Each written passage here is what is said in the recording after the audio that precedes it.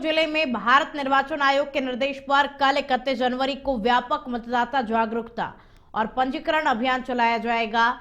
इस अभियान के तहत वोटर लिस्ट में नाम जुड़वाने से वंचित मतदाताओं को एक बड़ा मौका मिलेगा। 18 वर्ष की आयु पूरी कर चुके युवा मतदाता मतदाता सूची में अपना नाम दर्ज करा सकेंगे। इसके साथ ही नवविवाहित महिलाएं भी अपने परिवार की भाग संख्या में नाम जुड़वा सकती है। तो अभियान के दौरान सभी मतदान केंद्रों पर संबंधित बीएलओ भी मौजूद रहेंगे और जिले में मतदाताओं की कुल संख्या अब बढ़कर के 10,85,501 हो चुकी है।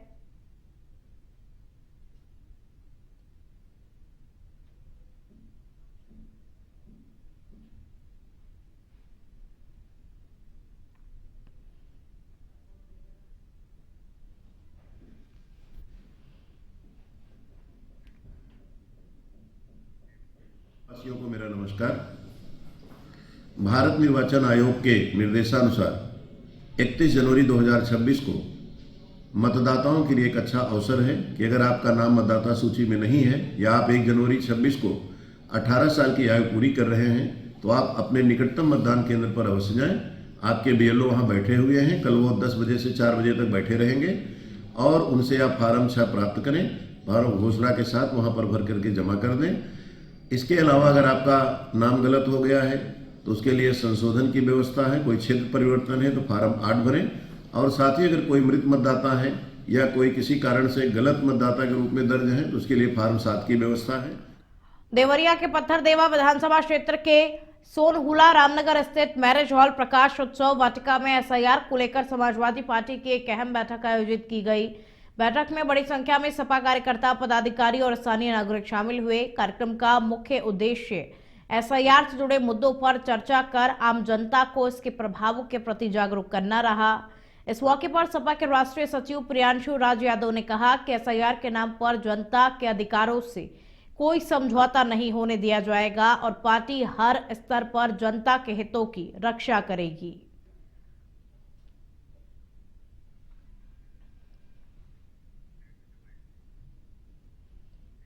कार्यकर्ताओं की और हमारे जो बूथ लेवल एजेंट उनकी बैठक थी, साथ साथ पार्टी के जो विशेष पदाधिकारी और हमारे समाजवादी पार्टी से जो जनपद के एसआईआर के प्रभारी वो आए मुख्य अतिथि के तौर पर। और यहाँ हमारे जो एसआईआर में वोटों का जो बंटवारा चल रहा, मतलब वोटों का जो वोट कटे उस पर हम अपने कार्यकर्ताओं से रूबरू हुए कि कैसे वोट बढ़ेंगे, जो वो ड्राफ्ट में आए हैं और जो जिन व्यक्तियों को नोटिस गई उस पर कैसे इसी के तहत मीटिंग। और आप खबर नोएडा से है, जहां लैप्स बीमा पॉलिसी के पैसे वापस दिलाने के नाम पर लोगों से ठगी करने वाले फर्जी कॉल सेंटर का पुलिस ने भांडाफोड़ कर दिया है। फेस 1 थाना पुलिस ने सेक्टर 10 में चल रहे इस फर्जी कॉल सेंटर पर छापा मारकर 3 शातिर साइबर अपराधियों को गिरफ्तार कर लिया।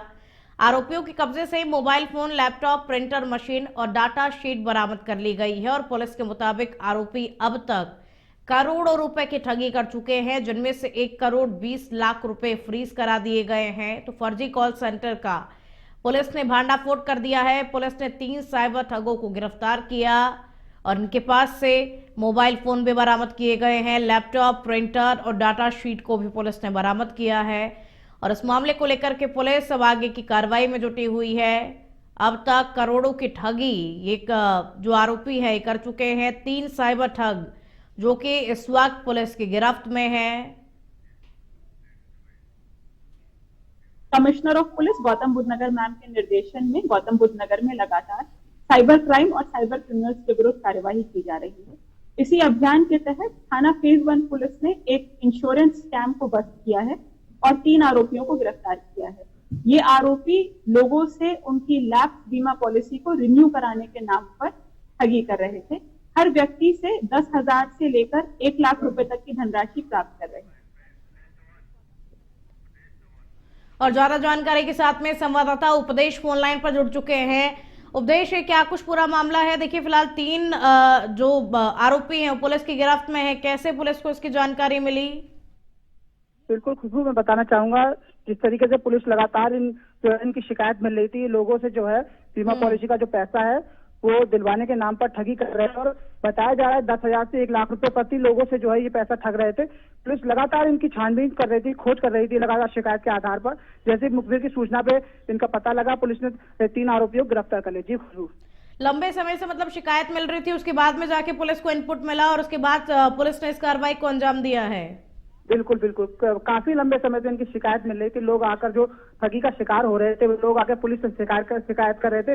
उसके बाद जो है पुलिस ने पूरा ही जो है इनके नेटवर्क पकड़ने का पूरा प्रयास किया और लगातार जो मुखबिर है ये लगातार लगे हुए थे, पुलिस की टीमें भी लगी हुई थी। लगातार जैसे सूचना मिली पुलिस ने जो है घर दबोचा। जी मैम, काफी सराहनीय कार्य पुलिस ने किया है उपदेश। ऐसा लग रहा है कि पुलिस भी अब साइबर ठगों के खिलाफ सख्त नजर आ रही है।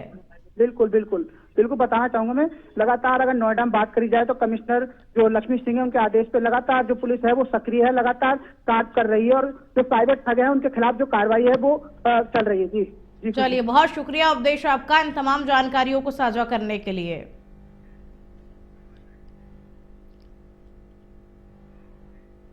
और आप अगली खबर की ओर बढ़ेंगे। खबर मिर्जापुर से है, जहां जिम के जरिए धर्मांतरण और शोषण से जुड़े मामले में पुलिस को बड़ी सफलता हाथ लगी है। मुख्य आरोपी इमरान के मामले में देहात कोतवाली पुलिस को 2 दिन की रिमांड मिल गई है और आरोपी इमरान को जेल से बाहर लाकर पूछताछ की जाएगी। पुलिस जिम के दौरान लड़कियों और महिलाओं से दोस्ती, अश्लील वीडियो बनाने, धर्मांतरण कराने और फंडिंग से जुड़े पहलुओं की गहन जांच करेगी। कॉल डिटेल, बैंक अकाउंट, अकूत संपत्ति और विदेश कनेक्शन को भी खंगाला जाएगा। अब तक यूपी पुलिस के एक सिपाही समेत 7 लोगों को गिरफ्तारी हो चुकी है, जबकि एक आरोपी इस वक्त फरार बताया जा रहा है। पुलिस उसे ढूंढने का प्रयास कर रही है।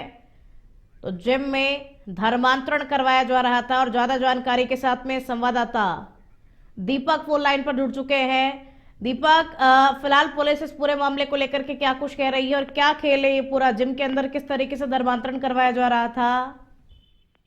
जी, आपको बता दें कि इमरान जो कि मुख्य आरोपी है उसको पकड़ के जेल भेजा गया था। उसके बाद लगातार पुलिस फिराक में थी कि इसकी कस्टडी मिले, जिससे कि आगे की जानकारी इससे ली जा सके। जिसके बाद देहात कोतवाली पुलिस को 2 दिन की रिमांड मिली है।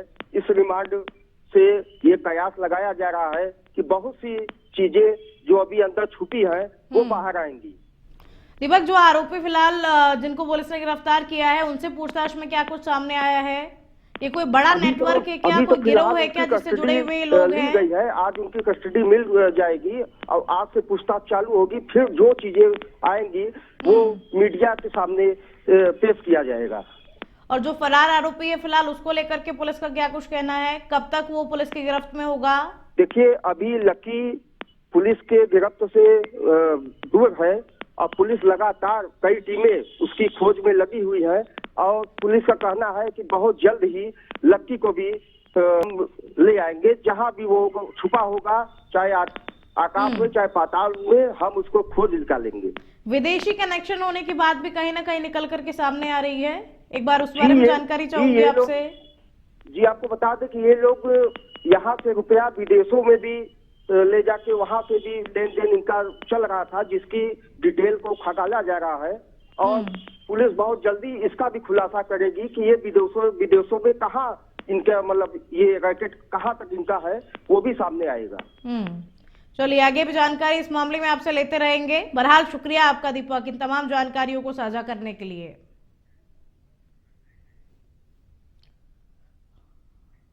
बदायूं जिले के दातागंज कस्बे में अवैध रूप से दर्जनों अस्पताल संचालित हो रहे हैं, लेकिन जिम्मेदार विभाग आंख मूंदे बैठा हुआ है और आरोप है कि सिटी अस्पताल में भर्ती एक महिला मरीज से मोटी रकम जमा करवाई गई और इलाज की गारंटी ली गई। परिजनों का कहना है कि तबीयत बिगड़ने पर जब वो मरीज को दूसरे अस्पताल ले जाना चाहते थे तो अस्पताल स्टाफ ने मेन गेट में ताला लगा दिया और इलाज के अभाव में महिला ने तड़पते हुए दम तोड़ दिया। परिजनों ने दोषी अस्पताल स्टाफ पर सख्त कार्रवाई की मांग की है और कार्रवाई इस पूरे मामले में की जानी चाहिए, क्योंकि इस तरीके से एक महिला की जान चली गई। जब तबीयत सही होती हुई नहीं लगी, परिजन जब दूसरे अस्पताल लेकर के जाना चाह रहे थे महिला को, तो अस्पताल प्रशासन ने गेट पर ताला लगा दिया ताकि वो मोटी रकम उस परिवार से वसूल सके।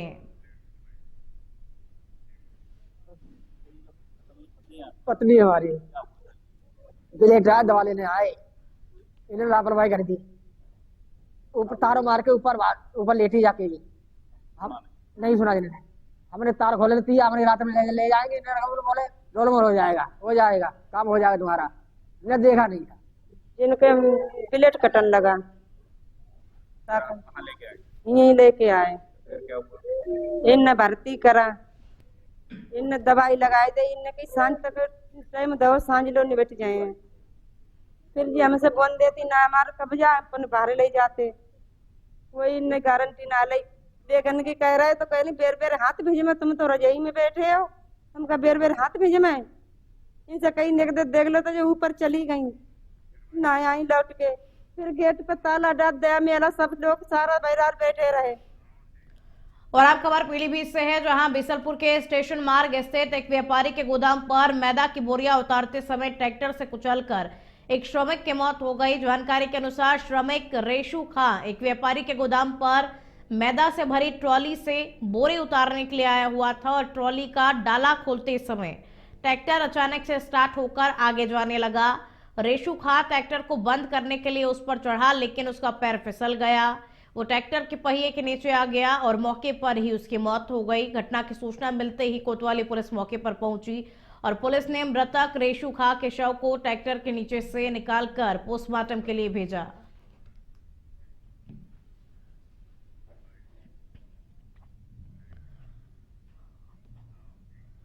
और चलिए अब खबरों में आगे बढ़ेंगे। मथुरा में एक धार्मिक कार्यक्रम के दौरान समाजवादी पार्टी के राज्यसभा सांसद राम गोपाल यादव ने कहा कि वो हनुमान जी के भक्त हैं और संतों का सम्मान करते हैं। उन्होंने विशेष रूप से स्वामी अविमुक्तेश्वरानंद महाराज का सम्मान करते हुए कहा कि वो दिखावटी नहीं है और हर साल मथुरा आते हैं। रामगोपाल यादव ने यूपी सरकार पर हमला करते हुए कहा कि वर्तमान सरकार सनातन धर्म का अपमान कर रही है। उन्होंने प्रयागराज संगम स्नान और धार्मिक गतिविधियों के महत्व पर भी अपने विचार रखे।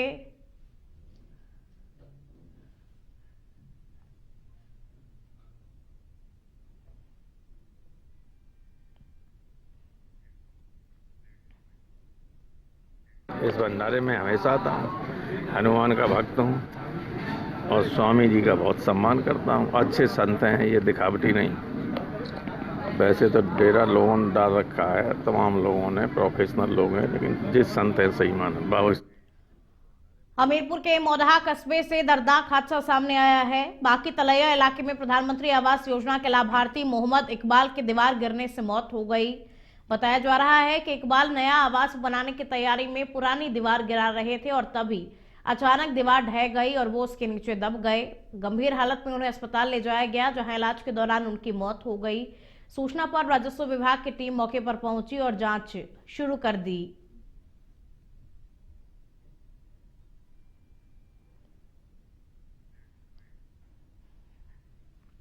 मोहम्मद इरफान। मोहम्मद भाई क्या हुआ? अरे कुछ नहीं, 2-3 दिन से यहाँ पे काम चल रहा था, ठीक है, काम लागू था, हमारी आई थी कॉलोनी, इस वजह से काम चालू था। तो कुछ मतलब कि चीज़ की लेने की आवश्यकता में वो अंदर गए, इतने में मतलब वो दीवार उनके ऊपर। और अब खबर हापुड़ से है, जहां शराब के नशे में पिता ने बेटे के सामने मां को पीटने लगा। मां को पीटने का बेटे ने विरोध किया तो दोनों के बीच में मारपीट होने लगी। इस दौरान बाप बेटे को छुड़ाने के लिए महिला गुहार लगाती रही। सूचना पर मौके पर पहुंची पुलिस ने दोनों को गिरफ्तार कर लिया। थाना हापुड़ देहात क्षेत्र का ये पूरा मामला बताया जा रहा है और इस मामले को लेकर के पुलिस फिलहाल जांच पड़ताल कर रही है।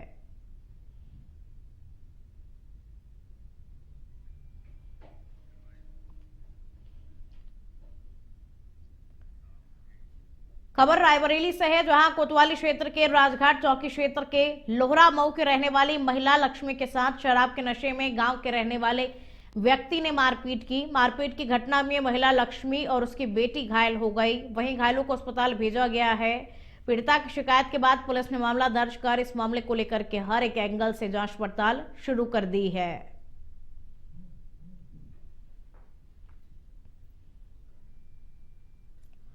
तो शराब के नशे में आरोपी ने महिला पर हमला किया। फिलहाल पुलिस इस मामले को लेकर के हर एक एंगल से जांच पड़ताल कर रही है। महिला लक्ष्मी और उसकी बेटी भी घायल हुई, जिसे अस्पताल में भर्ती करवाया गया ताकि वहां उसका उपचार किया जा सके। पीड़ित महिला ने थाने में जाकर के मुकदमा दर्ज करवाया और पुलिस ने महिला को यह आश्वासन दिया है कि इस मामले को लेकर के पुलिस निष्पक्ष कार्रवाई करेगी।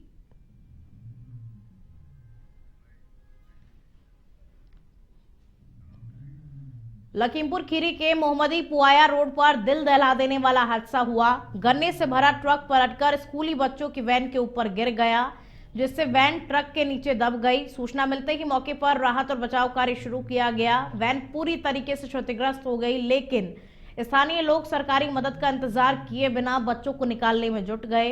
घायल बच्चों को तुरंत अस्पताल ले जाया गया और हादसे के बाद इलाके में अफरा तफरी का माहौल देखने को मिल रहा है।